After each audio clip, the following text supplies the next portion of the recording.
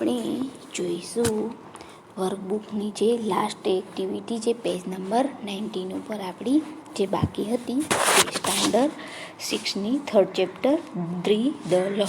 તો તેની જે એક્સરસાઇઝ બાકી હતી આપણે જોઈશું. તો તે છે, નીચેના આપેલા વરસાદ સાથે સંબંધ ધરાવતા શબ્દોનો વાક્યમાં પ્રયોગ કરો અને તે વાક્યને પરિચ્છેદમાં ગોઠવો. એટલે આ જે શબ્દ આપેલા છે એ વાક્ય, એ જે શબ્દ આપેલા છે વરસાદ સાથે સંબંધ, એટલે કે વરસાદને લગતા, વરસાદ સાથે સંબંધ ધરાવતા, વરસાદને લાગુ પડે તેવા શબ્દ તેને વાક્યમાં પ્રયોગ કરવાનું કહ્યું છે. અને એ વાક્યને પરિચ્છેદ એટલે કે તેની વિસ્તારથી તમારે ભાષામાં લખવાનું છે. તો પહેલું છે વરસાદ, પવન. તો તમારે આ જે બંને જે શબ્દ આપેલા છે તે તમારે તેનું સેન્ટેન્સ બનાવવાનું છે.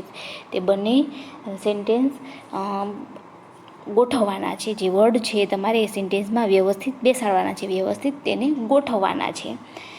તો આપણે જોઈએ તેનું સેન્ટેન્સ, તેનું વાક્ય છે એ બનાવીએ. વરસાદ અને પવનનું. પવનના સુસવાટા સાથે વરસાદ પડે છે, એટલે આ વાક્યને પરિચ્છેદ કર્યો કહેવાય. પવનના સુસવાટા સાથે વરસાદ છે પડે છે. પછી જોઈએ તો બીજું, વીજળી ચમકવું. બે વર્ડ આપ્યા છે, વીજળી અને બીજો છે ચમકવું. તો તમારે એનું સેન્ટેન્સ બનાવવાનું, એટલે એનો પરિચ્છેદ કરવાનો છે. એ વાક્ય તમારે બનાવવાનું છે. આકાશમાં વીજળી ચમકે છે. આ શું કહેવાનું? આકાશમાં વીજળી છે, ચમકે છે. હવે 3rd, મેઘ ગર્જના અને બારે મેઘ. જો બે આપ્યા છે તો તેનું વાક્ય બનાવશું. મેઘ ગર્જના, મેઘ એટલે આકાશ જે હોય છે તે વાદળાઓ, આકાશમાં જે વાદળાઓ હોય છે તે, મેઘ એટલે વરસાદ, આકાશમાં જે વાદળો, એટલે કે મેઘ ગર્જના સાથે બારે મેઘ તૂટી પડે છે. મેઘની ગર્જના સાથે બારે મેઘ છે તૂટી પડે છે. પછી 4th, ઝાપટા. અહીંયા એક જ આપ્યું છે 4માં, ઝાપટા. તો ક્યારેક અહીં શિયાળામાં પણ ઝાપટા પડે છે. ક્યારેક અહીં શિયાળામાં પણ ઝાપટા પડે છે. પછી 5, મુશળધાર નદી નાળા. તો જોઈએ તો મુશળધાર નદી નાળા. મુશળધાર એટલે જ્યારે મુશળધાર વરસાદ પડે છે ત્યારે નદી નાળા છલકાઈ જાય છે. હવે અહીંયા આપણને આપ્યું છે પરિચ્છેદ, એટલે કે અહીંયા આપ્યું છે પરિચ્છેદ.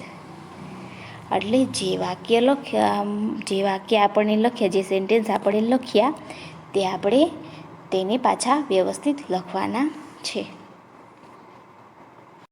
જે સેન્ટેન્સ લખ્યા તેનું પરિચ્છેદ, એટલે કે અહીંયા પેરેગ્રાફમાં તમારે અહીંયા છે લખવાના છે. તો આપણે જોઈ લઈએ.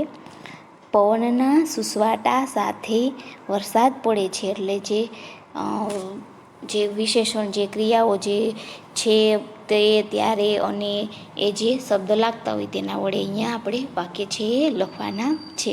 પડે છે, આકાશમાં વીજળી ચમકે છે. મેઘ ગર્જના સાથે બારે મેઘ તૂટી પડે છે. ક્યારેક અહીં શિયાળામાં ઝાપટા પડે છે. જ્યારે મુશળધાર વરસાદ પડે છે ત્યારે નદી નાળા છલકાઈ જાય છે. અહીંયા તમારે પેરેગ્રાફમાં બધા સેન્ટેન્સો પેરેગ્રાફ રીતે લખવાના છે.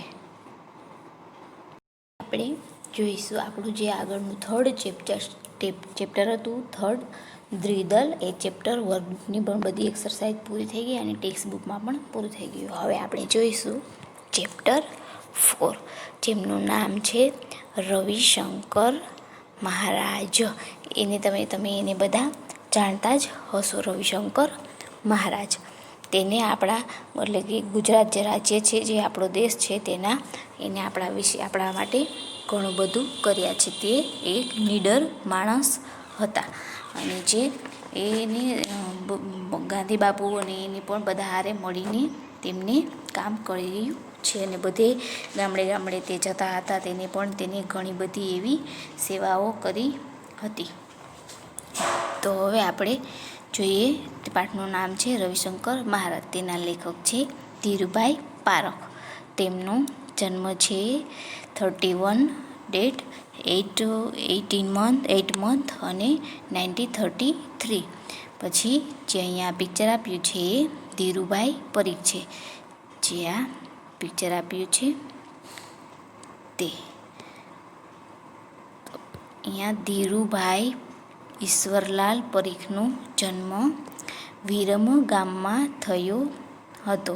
જો ધીરુભાઈ ઈશ્વરલાલ એટલે એના પપ્પાનું નામ છે. ધીરુભાઈ ઈશ્વરલાલ પરીખનો જન્મ વિરમગામ, જે વિરમ છે એ ગામનું નામ છે, વિરમગામમાં થયો હતો. પછી જુદી જુદી શિક્ષણ સંસ્થાઓમાં તેમણે ભાષા સાહિત્યના વિદ્વાન અધ્યાપક તરીકે પોતાની સેવાઓ આપી છે. કવિતા, વિવેચન, અનુવાદ તેમજ સંપાદન એમના રસના ક્ષેત્રો છે. કુમાર તેમજ કવિલોક જેવા પ્રતિષ્ઠિત સામયિકોના તેઓ તંત્રી છે. છપ્પા સંગ્રહ, અંગ 25 તેમજ હાઇકુ સંગ્રહ આજ્ઞા પણ એમના નોંધપાત્ર પ્રકાશો છે.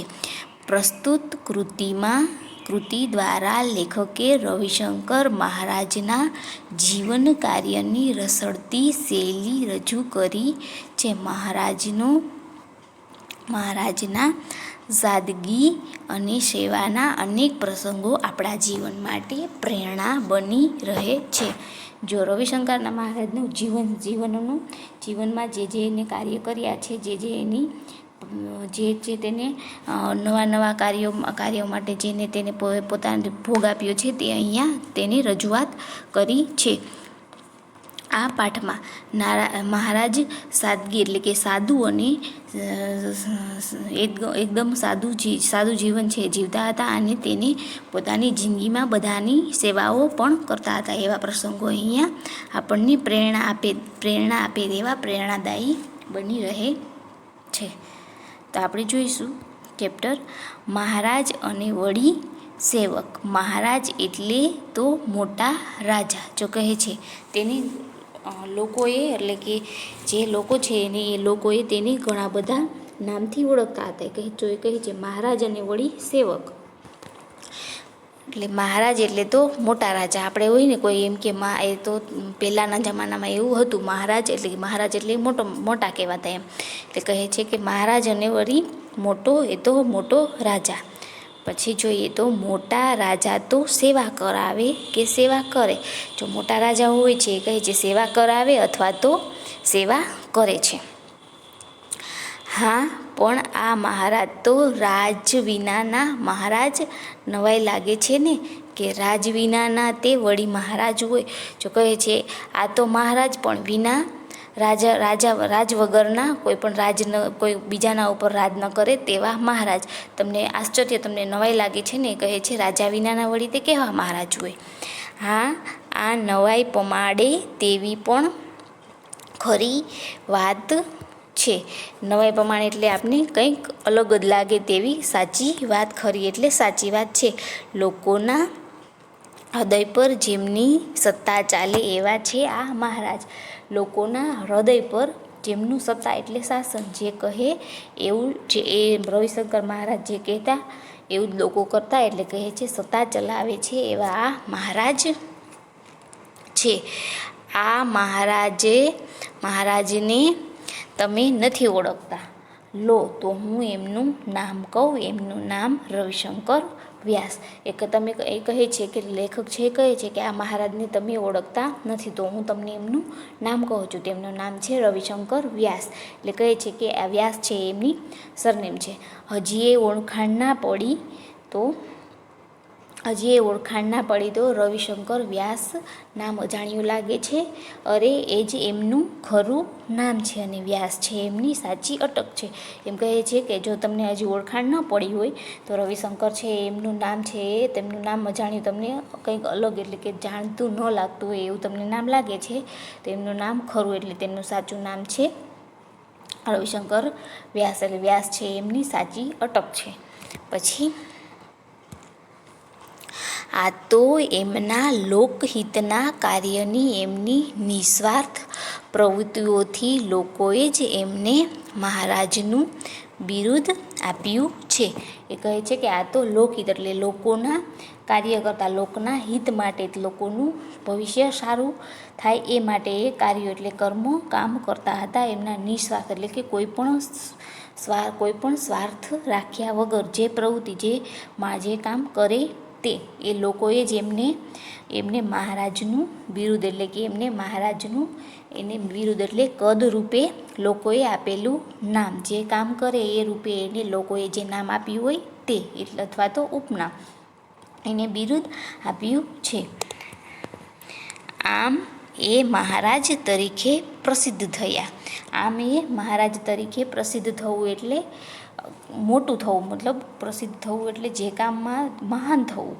જે પણ વ્યક્તિ આખા ઘરને જે વ્યક્તિ ચલાવતું હોય તેને આપણે કહીએ છીએ ને કે મોટું એટલે કે જે બધું કામ સંભાળી લેતું હોય તે, એટલે એ પણ એને પ્રસિદ્ધ થવું એટલે મહાન થયા. આ મહારાજ એટલે જ ગુજરાતના મૂકસેવક રવિશંકર મહારાજ. મૂકસેવક એટલે જાહેરાત અથવા તો જે પણ કામ કરે તે ચૂપચાપ સેવા કરનાર, ચૂપચાપ કોઈને પણ કીધા વગર કામ કરવું તે, અને તે એમને એમ ન કહે કે મેં કર્યું એમ, જાહેરાત પ્રસિદ્ધ કે પ્રશંસાની ઈચ્છા વગર ચૂપચાપ સેવા કરનાર એટલે મૂકસેવક. એમને એ જે રવિશંકર મહારાજ. લોકો એમને રવિશંકર દાદા પણ કહેતા. જો લોકોએ એમને ઘણા બધા નામ આપ્યા છે, લોકો એમને રવિશંકર દાદા પણ કહેતા. રવિશંકર મહારાજનો જન્મ સંવંત 1914ના મહા મહિનાની વદ 14ના દિવસે એટલે કે મહાશિવરાત્રિના રોજ થયો હતો. રવિશંકર મહારાજ તેમનો જન્મ છે 14ના જે મહિનો ગુજરાતી મહિના એટલે કે મહા જે મહિનો છે 14ના દિવસે મહાશિવરાત્રિના દિવસે થયો હતો. પછી ઈસવીસન આ સંવંત પ્રમાણે જોયું અને હવે ઈસવીસન પ્રમાણે જોઈએ તો ઈસવીસન 1884ના ફેબ્રુઆરી મહિનાની 25મી તારીખે ખેડા જિલ્લાના રઢુ ગામે જન્મેલા રવિશંકરના પિતાશ્રીનું નામ શિવરામભાઈ અને માતૃશ્રીનું નામ નાથીબા હતું.